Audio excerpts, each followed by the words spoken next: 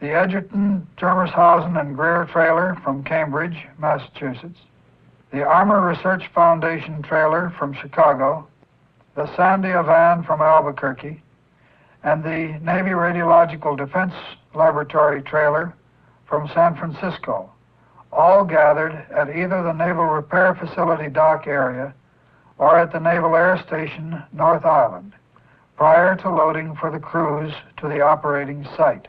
One of the major reasons for the decision to use the large YFNBs as floating laboratories was to allow the trailer-mounted vans and project shacks containing recording equipment to be put aboard as completely integrated working units. It was essential that the full electronic story of event happenings be recorded on the surface in case we lost the squaws as a result of the detonation. So many gauges installed in the engine and battery compartments inside the squaws sent their signals through the cable bundles to the recording instruments aboard the YFNBs. Since the YFNBs would be stationed in the array relatively close to surface zero, it was decided to evacuate all personnel prior to H-hour and recover the recorded data as soon as possible after the event. In addition to the instrumentation located within the squaws, a variety of gauges were installed at intervals on and from the various units of the array. On YFNBs and in M-boats, strings of gauges were prepared to go over the side several hours before the event. Full photographic coverage of the surface effects was provided by batteries of manned and unmanned cameras located on the command and support vessels on the 3 YFNBs in 3 specially modified C-54 aircraft and inside the squaws themselves. Some of the projects required permanently manned stations during the test, so their recording positions were stationed aboard the various task group ships. Early in May, and several days before D-Day, the first elements of the task group left port for the rendezvous area. A few days later, the faster ships left San Diego. Task Group 7.3 represented an interesting composite group of naval vessels, all having an essential part in the overall operation. The command ship, the USS Mount McKinley, and the weapons ship, the USS Curtis, were both veterans of other atomic tests. In addition, the Wigwam support family included the aircraft carrier USS Wright with her complement of AD-5Ns and Marine helicopters to provide search and taxi service. The 2 LSDs that served as a haven in heavy weather for the School of Overworked M-boats, and the 2 YAGs supporting the radiological survey and washdown studies. Important missions were also assigned to fleet tugs, ASRs, ARSs, LSTs, and the group of 8 destroyers that formed the perimeter security guard. Wigwam air cover was furnished by the Navy air elements from San Diego and the Air Force photographic aircraft from Albuquerque. The major operational element of the task group, the array itself, was a strange-looking floating blast line with its weapon barge, its 3 squaw target units, and auxiliary craft. It was 30,000 feet long when finally assembled and in tow by a single fleet tug, the longest towed array in naval history. This practically perfect array line was assembled during the sea trials off the coast of San Clemente Island in January of 1955. We enjoyed nearly ideal weather conditions. However, in May, the story was different. The weather was far from ideal. In fact, it exceeded our most pessimistic expectations. At the identical stage of the actual operation, D-2, the final array looked like this. The wind increased to 15 knots, and the sea began to pile up. Weather already caused a 3-day postponement in our test schedule. We had already lost the supporting pontoons for Squaw 29, resulting in its final use as a surface target. Consequently, a readjustment of the positions of all targets was made to ensure an adequate bracketing of the lethal range with only 2 submerged targets. This resulted in a final planned positioning of targets at surface ranges of 5,400, 8,200, and 11,400 feet. D-1 brought no improvement. We experienced a steady wind of 20 knots with gusts to 24. Sea and swells were totaling 10 to 15 feet high.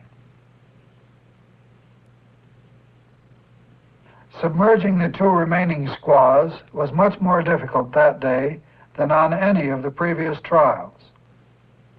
Ideally, the submergence operation worked like this. The squaw took on ballast until it settled stern heavy, clearing the pontoons, sinking to the length of its 4 chains, 250 feet, below the surface. The supporting pontoons were then positioned directly over the squaw.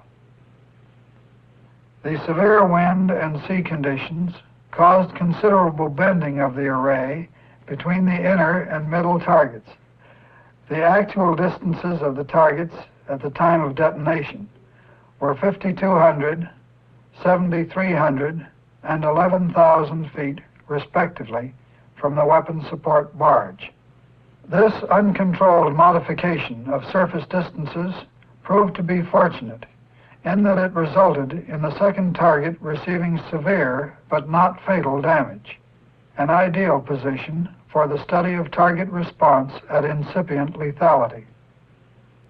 Our scientific test program was organized into 6 main areas of responsibility: radiological and oceanographic investigations, target response and hull damage mechanism, timed and untimed technical and report photography, timing, firing, and communication support, weapon procurement and placement and evaluation of its performance, and measurements of free field pressures and other transient underwater and surface investigations.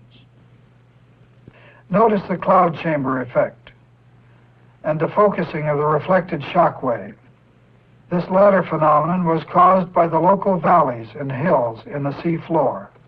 In at least one area, 15,000 feet from zero, the water was strongly whitened, indicating pressures in the neighborhood of several hundred pounds per square inch, about that to be expected at 10,000 feet, and enough to cause the collapse of light-hulled submarine. At other places, the bottom reflected shock appeared to be missing completely. At the Mount McKinley, 5 miles from zero, the bottom reflected shock was several times as intense as the direct shock wave. The initial spray dome, caused by the arrival of the primary shock wave, reached a maximum height of 147 feet at 2.4 seconds after detonation. The second dome, formed at approximately 2.5 seconds, accompanied by individual plumes, reached a height of 800 feet in about 7 seconds. 2 well-defined plume formations occurred. The first plumes reaching a diameter of 3,100 feet and a maximum height of 1,410 feet, 19 seconds after detonation. The second well-defined plume reached a height of 770 feet, 38 seconds after detonation. The outfall and descent of the material in the several plumes resulted in a well-defined base surge, about 640 feet in height and extending outward about 4,800 feet. The great mass of water thrown into the air resulted in surface waves that were about 2.5 times the maximum height predicted. A well-defined breaking surface wave was first observed coming out of the base surge at about 1 minute. this quickly became stable. The YFNB-12, at a range of 5,500 feet, rose and fell a distance of 40 feet.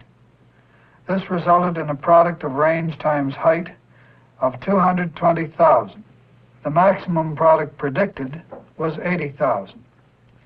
These waves were completely undetected at the task group elements at a range of 5 miles, except that they showed beautifully on one surface search radar, which was temporarily out of adjustment.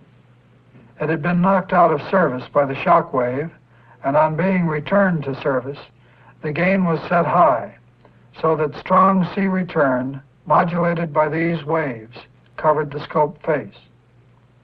About 15 waves were visible, with wavelengths ranging from 5,000 down to 900 feet. The maximum energy appeared to be in the 1,800-foot region. These waves could have serious implications in the case of detonation of thermonuclear weapons on or under the surface of deep water. The seismic shock was easily detected all over the world. The Coast and Geodetic Survey reported the shock as an earthquake at 1300 Pacific Daylight Time on 14 May, with an epicenter about 15 miles from surface zero. The most probable position of the shot has been determined by Task Force navigation to be 28 degrees 44 minutes north and 126 degrees 16 minutes west, with a probable error of 1 minute of arc. At H hour plus 8 to 10 minutes, the shock wave hit the mainland of Lower California. At H plus 10, the SOFAR equipment at Point Sur, California, received the first shock wave. At 1312 Pacific Daylight Time, a Greek ship just off the Golden Gate radioed the Coast Guard asking, "Has San Francisco just been hit by a severe earthquake? We have been badly shaken, but are all right and will return to render assistance if needed." At H plus 32 to 34 minutes, the Kaneohe station in Hawaii recorded the sound of the wigwam detonation. And about 42 minutes later, Point Sur received a beautiful echo from the Hawaiian Islands. In fact, separate echoes from each of the islands in the group. Just to top the story, the Kaneohe station also recorded fine echoes from the California coast and from the Gulf of Alaska. The fallout and contamination resulting from the shot presented an ephemeral problem only. The major plumes were contaminated, but this material was present in a very large mass of water and for the most part returned to the ocean surface within a minute. No ship associated with the test received any accidental contamination. The converted Liberty ships, the YAG-39 and the YAG-40, transited the radioactive area. All transits were not completed as planned due to a long train of events triggered by minor shock damage to the YAG-39, which immobilized her for about 4 hours. At H plus 17 minutes, YAG-39 received a fallout reading of 400 Roentgens per hour, 5 miles from zero. An effective washdown system reduced this level to a maximum reading of 150 milliroentgens per hour on deck.